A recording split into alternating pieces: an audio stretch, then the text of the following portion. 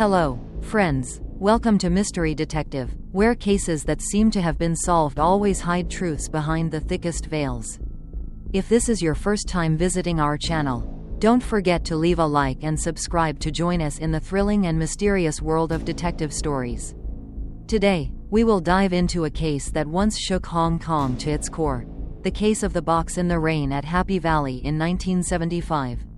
A case where, even after the killer was found, lingering doubts remain unresolved. Hong Kong, autumn 1975. Relentless rain draped the city in a gray, damp, and chilly shroud. As night fell, neon lights blurred on the wet streets, and the narrow alleys of Happy Valley transformed into a labyrinth of shadows and untold secrets. In the biting cold of the rainy night, Mr. Lam, a night shift sanitation worker, dragged his old garbage cart. His tattered raincoat was torn at the shoulder, and each step felt heavy with rain and exhaustion from endless shifts. He was used to the rundown sights of the city's nooks and crannies. But tonight, something in the air made him uneasy. As he turned into alley number 7, a small, hidden path behind the racetrack, his worn shoe stumbled over an obstacle. A large cardboard box lay abandoned in the murky water. At first, he thought it was just ordinary trash. But the sound it made upon impact, heavy, dense, made his heart race. Hesitating for a brief moment, Mr. Lam bent down. His calloused hands trembled as he gripped the edge of the box. The tape, softened by the rain, added to the object's eerie mystery. When he tore open the lid, a foul, metallic stench hit him, forcing him to recoil. In that split second, his eyes caught a sight he would never forget for the rest of his life. A pale, cold hand protruded from the pile of tattered cloth inside. The fingers were curled, nails caked with mud. A scream pierced the rainy night. Within minutes, the alley was bathed in the flashing lights of police cars. Sirens tore through the darkness, drawing the attention of curious residents peeking from behind their windows. The Happy Valley police quickly sealed off the scene, setting up a makeshift tent. Each step on the slick pavement echoed with a heavy crunch. Chief Detective Tran Vin Hao arrived, his silver-streaked hair dotted with rain, his face cold and almost emotionless. He approached the box silently, his eyes scanning every detail, every trace. He had seen countless bodies in his career, but something about this case made him squint. Deep in thought, a strange feeling. This wasn't just a murder and a dump body. When the body was pulled from the box, those present turned away to avoid retching. It was a young girl, around 16 to 18 years old, her pretty face now distorted by terror. Her eyes were wide open, as if in her final moments. She had seen something so horrifying she couldn't close them in peace. The girl was hastily wrapped in an old piece of cloth, her body beginning to decompose slightly due to the water and low temperature. But the mark on her neck, a deep, purplish-red strangulation mark, was still starkly visible. Detective Tran frowned slightly. He knew this wasn't an accident or suicide. This was a deliberate murder, and the killer wanted to send a message. The next morning, under the rare, weak sunlight after days of rain, the autopsy took place at the city morgue. Dr. Hoang Chi Min, a meticulous and principled forensic examiner, inspected the victim's body. The initial report confirmed the girl died from strangulation with a thin cord, likely a paracord or soft fabric. But what caught Dr. Hoang's attention were the stranger details. Under the victim's nails was a tiny scrap of blue fabric, mixed with dirt. Additionally, on her left wrist were circular bruises, as if she had been tightly bound to something, but these bruises were old, at least a few days before her death. This raised a chilling possibility. The girl had been kidnapped and held captive for some time before being killed. The victim's identity was quickly established. Her name was Lee Tiu Van, an 11th grade student at Hua An High School. Tiu Van was well known at school, bright, beautiful, a member of the drama club, and loved by teachers and friends alike. By all accounts, she was a girl with no reason to be entangled in any danger. Her family, a middle-aged couple who ran a small business, collapsed in grief when informed by the police. They said Tiu Van had been attending school as usual and had only been absent the previous evening, claiming she was rehearsing a play with friends. before they could grow suspicious or report her missing. Tragedy struck. Tiu Van's friends, particularly her best friend, Trong Tiu Mai, provided a crucial clue. Recently, Tiu Van had seemed different. She was often lost in thought, secretly texting, and receiving late-night phone calls that left her visibly shaken. Once, when Tiu Mai asked, Tiu Van only said vaguely, "Someone is following me." No one knew who, and Tiu Van never elaborated. She seemed to believe that staying silent would make it all go away. But in the end, silence didn't save her. The deeper Detective Tran dug, the more he felt this case was far from straightforward. Why would someone harbor such hatred toward a kind, innocent girl like Tiu Van to kill her so brutally? If this murder was an act of revenge, where did the hatred come from? Or was it all just the cold randomness of fate?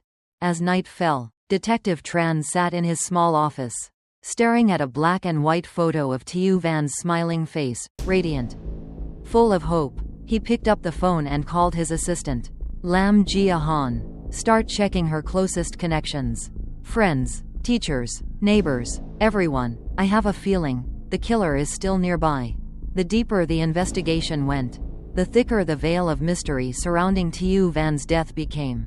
Detective Tran Vin Hao felt as though he were sinking into a cold, muddy quagmire, where each step forward only brought more questions than answers. In the dimly lit office of the Major Crimes Unit, Tran sat before a board covered in photos, diagrams, and notes, interconnected like a spider's web. Pictures of Tiu Van, the crime scene, the fabric scrap, a map of the neighborhood, all linked by red strings. A labyrinth of truth waiting to be unraveled. He started with the thinnest lead, the blue fabric found under the victim's nails. The forensic team determined it was cotton blended with polyester, commonly used in work uniforms or technicians' clothing, not the kind of fabric typical in schools or worn by teenage girls. Tran ordered the team to scour every shop, warehouse, and factory around Happy Valley that used blue uniforms. It was meticulous, time-consuming work, but he believed no detail was too small to overlook in catching a killer. At the same time, he had security footage checked from areas around Hua An High School and the routes to Tiu Van's home. Though 1975 technology was rudimentary, some banks and large stores had begun installing basic cameras.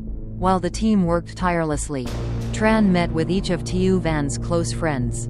He scrutinized every word, every glance, every furrowed brow. One name surfaced during the interviews: Vong Min Quan. Quan, 17, was a member of the school's drama club and had performed alongside Tiu Van in several small plays. According to friends, Quan seemed to have a crush on her but never confessed. Recently, however, some noticed him acting strangely, avoiding mentions of Tiu Van and once snapping angrily when she was seen talking closely with another male co-star. Tran summoned Min Quan. The lanky teenager sat hunched before him, eyes darting nervously, hands fidgeting with his shirt hem. Under Tran's relentless questioning, Quan admitted, 2 weeks earlier, he had confessed his feelings to Tiu Van but was rejected. She said she only saw him as a friend. The humiliation of being turned down in front of a few close friends fueled his anger. But he swore that after that day, he avoided Tiu Van entirely and had no further contact. When asked about the night Tiu Van went missing, Quan claimed he was home alone, practicing for a scholarship exam. No one could vouch for him. A weak alibi, a nervous demeanor, everything made Min Quan the prime suspect. But then, the analysis of the fabric scrap took the case in an unexpected direction. Microfiber analysis showed the fabric under Tiu Van's nails didn't match school uniforms. It was laced with machine oil, an industrial lubricant used in auto repair shops. Immediately, Tran ordered an expanded investigation. Every auto shop within a 3-kilometer radius of Happy Valley was to be thoroughly checked. One stood out: Tan Ton Garage, a rundown auto shop at the end of Hongdao Street. Its owner, La Chin Dung, a 40-year-old man with a prior assault conviction 6 years earlier, had since flown under the police's radar, living quietly as a mechanic. When police arrived, La Chin Dung was cooperative, but Tran, with his seasoned instincts, sensed something forced in the man's demeanor. One detail caught his eye. The garage's work uniforms were blue-gray, identical to the fabric sample. The police obtained an urgent search warrant. In a dark corner of the garage's storage room, behind piles of old tires, they found a female student's backpack. Inside was a notebook with Lee Tu Van written on it, a pair of mud-stained white shoes, and, most crucially, a small gray-silver paracord, stained with dried blood. Le Chin Dong was arrested on the spot. At the station, he remained silent for hours, staring blankly at the wall. Only when confronted with undeniable evidence did he slump and confess in broken fragments. Le Chin Dong admitted that on that fateful night, while heading to the market, he spotted Tu Van standing alone under an awning, sheltering from the rain. In a dark moment, he acted on impulse. He approached her, pretending to ask for directions, then dragged her into a nearby alley. Tu Van fought back fiercely. In the struggle, he strangled her with the paracord. Panicked, he stuffed her body into an old cardboard box, dumped it in the alley, and fled back to the garage.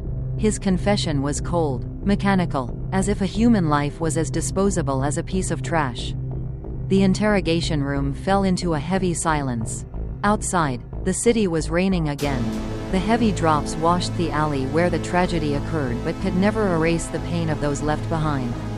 As Le Chin Dong was led to the police van, a crowd had gathered. They hurled angry glares and curses through the chilling rain. But for Detective Tran Vin Hao, the case wasn't over. Something wasn't right. A small, nagging detail flickered in his mind, like a thorn he couldn't ignore. If Le Chin Dong's confession was true, why was Tu Van carrying her backpack and drama notebook on a cold, rainy night when she told her family she was only stepping out briefly? And why did the rope marks on her wrists appear days before her death? Tran closed his eyes. His breathing slowed. This case, there was another hand hiding in the shadows. Le Chin Dong's confession was signed at dawn, as the first rays of sunlight struggled to pierce the thick rain blanketing the city. But for Detective Tran Vin Hao, the case wasn't closed. No, it wasn't that simple. The death of Tu Van, a bright and innocent girl, couldn't be neatly wrapped up with a few cold lines of confession. Over his years of experience, Tran had learned one thing. The perpetrator was often just the tip of the iceberg. Beneath lay a web of shadows, complex motives, and people who seemed uninvolved. He ordered a review of Le Chin Dong's movements before and after the crime. The results made him frown. According to his confession, Le Chin Dong had encountered Tu Van by chance. But a witness near the scene, the owner of a grocery store across the street, revealed that before the incident, Le Chin Dong had been lingering in the area for nearly an hour, looking furtive, as if searching for someone. A coincidence? Or a premeditated plan? Tran revisited the overlooked clues. A small postcard, tucked in a hidden compartment of Tu Van's backpack. It bore only one scrawled line: "Meet me under the awning on Hongdao Street." Friday night. No sender's name. No identifying marks. Tran sat for hours, fingers tracing the postcard as if silently communing with the past. A meeting? A trap? If Tu Van had gone there for a planned meeting, who sent her the message? It couldn't have been Le Chin Dong. He didn't know her and only encountered her at the meeting spot. So who else? The investigation took a new turn. This time, Tran focused on the public phone booth at the street corner, a spot students often used to make calls away from family oversight. A postal worker confirmed that on Wednesday night, 2 days before Tu Van's disappearance, a teenage boy had made a brief call from the booth. He couldn't recall the face but remembered clearly. The boy wore a Hua An High School uniform. The information sent a chill through Tran. A teenage boy, from Hua An. Once again, Vong Min Quan's name resurfaced. Tran had Quan followed, and within 3 days, they noticed unusual behavior. He frequently visited the city cemetery, where Tu Van had recently been laid to rest. He would sit for hours, staring at her cold gravestone, sometimes muttering incoherent words. One overcast afternoon, Tran confronted Min Quan again. In the interrogation room, a lone light illuminated the boy's pale face. Tran didn't ask much. He simply placed the postcard in front of him. Min Quan trembled. Tears welled up. He confessed everything. 2 weeks earlier, after Tiu Van rejected him, his anger and humiliation morphed into blind hatred. He couldn't stand seeing her friendly with others. He devised a plan, wrote the postcard, and posed as a close friend to lure her to the meeting spot that rainy night. Intending to scare her, to make her too afraid to be close to anyone else. It was just a childish act of revenge in his teenage mind. He never imagined it would lead to Tiu Van's death. He never imagined his foolish act would deliver her into the hands of a monster like Le Chin Dung. I didn't want her to die. I just wanted her to be scared of me. Min Quan sobbed, clutching his face. But it was too late. A small act, a twisted thought, had pushed a vibrant life to its end. Detective Tran stood and quietly left the room. Outside, a light rain fell. The droplets pierced his coat, chilling his skin. He looked up at the gray sky. A case closed, 2 lives destroyed, a family shattered, and years of pain stretching into the future. In this world, sometimes the most terrifying thing isn't intentional evil but reckless stupidity. Tran lit a cigarette, standing under the awning on Hongdao Street, where the tragedy began. The wind carried the faint smoke into the air, like the memory of Tiu Van, fragile, cold, and forever unforgettable.